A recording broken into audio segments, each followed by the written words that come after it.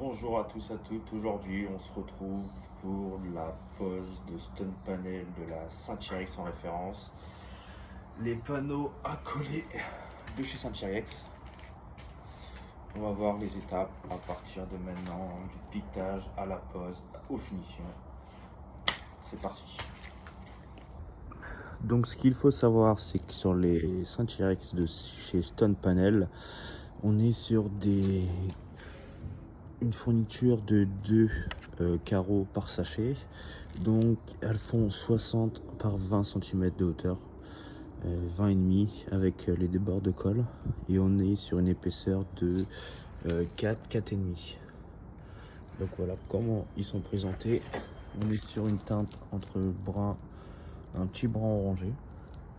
Finition naturelle et prémontée en France. Ici, la première étape va être de retirer l'enduit qui a déjà été réalisé.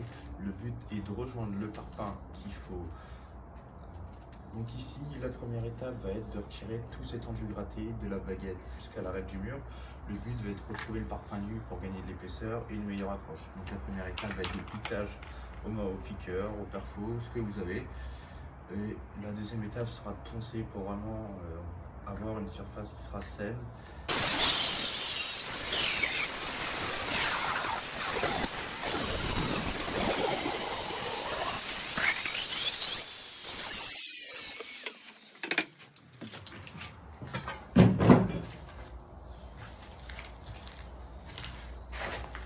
Bon, la première étape a été faite, c'était de meuler au niveau des arêtes qu'on veut.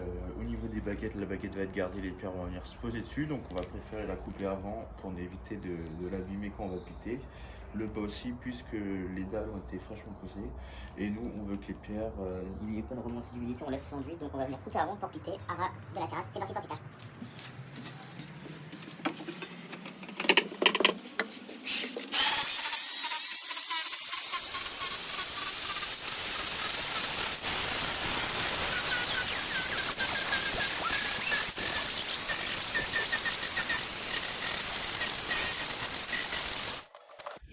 Bon, ça y est, le piquetage est terminé. On va attaquer le ponçage pour enlever toutes les aspérités qui restent de l'enduit encore. Et pour ça, on va utiliser un disque à surfacer. Je vous mets la référence juste en haut.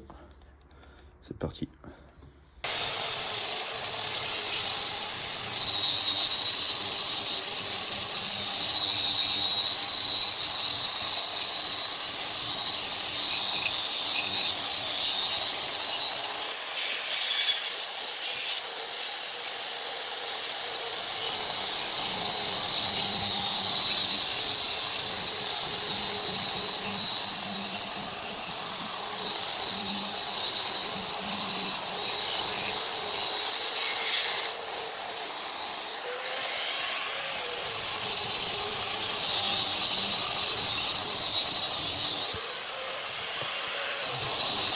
Bon, la deuxième étape est terminée, le ponçage est terminé. Bon, là on a récupéré une surface qui est lisse et saine. Maintenant on va passer au dépoussiérage. On va passer un coup de vélo.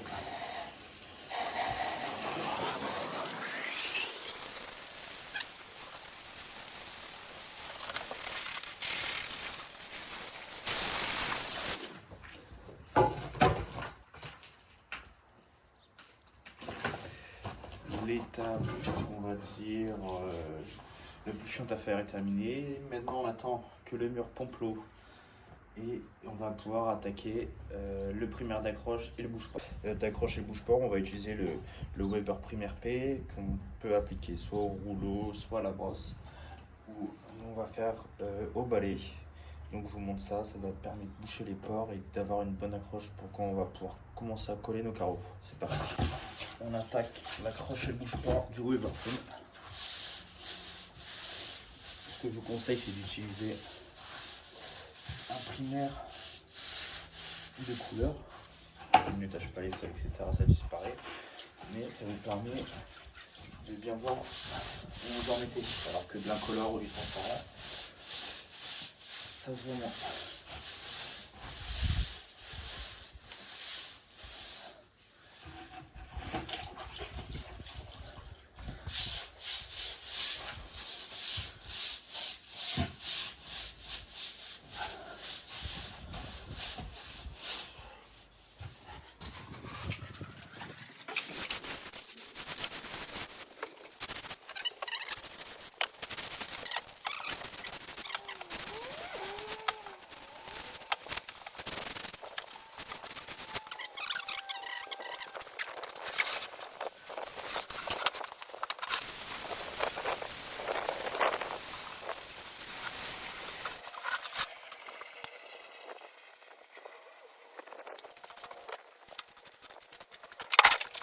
on a fini la préparation.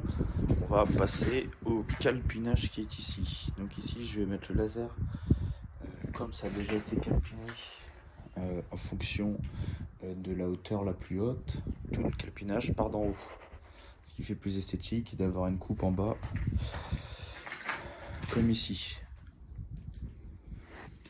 Donc ce qu'on va faire, c'est qu'on va reposer le laser en dessous la première coupe, la première assise. On va poser notre bois, on va le pointer pour pouvoir repartir du même niveau et être du même niveau. Bon, merci à vous d'avoir regardé l'épisode en entier. On se retrouve pour l'épisode 2 de la pause du Saint-Irex de chez Cupaston. Et n'hésitez pas à aimer, à vous abonner et à commenter, ça fait toujours plaisir. On se retrouve pour l'épisode 2.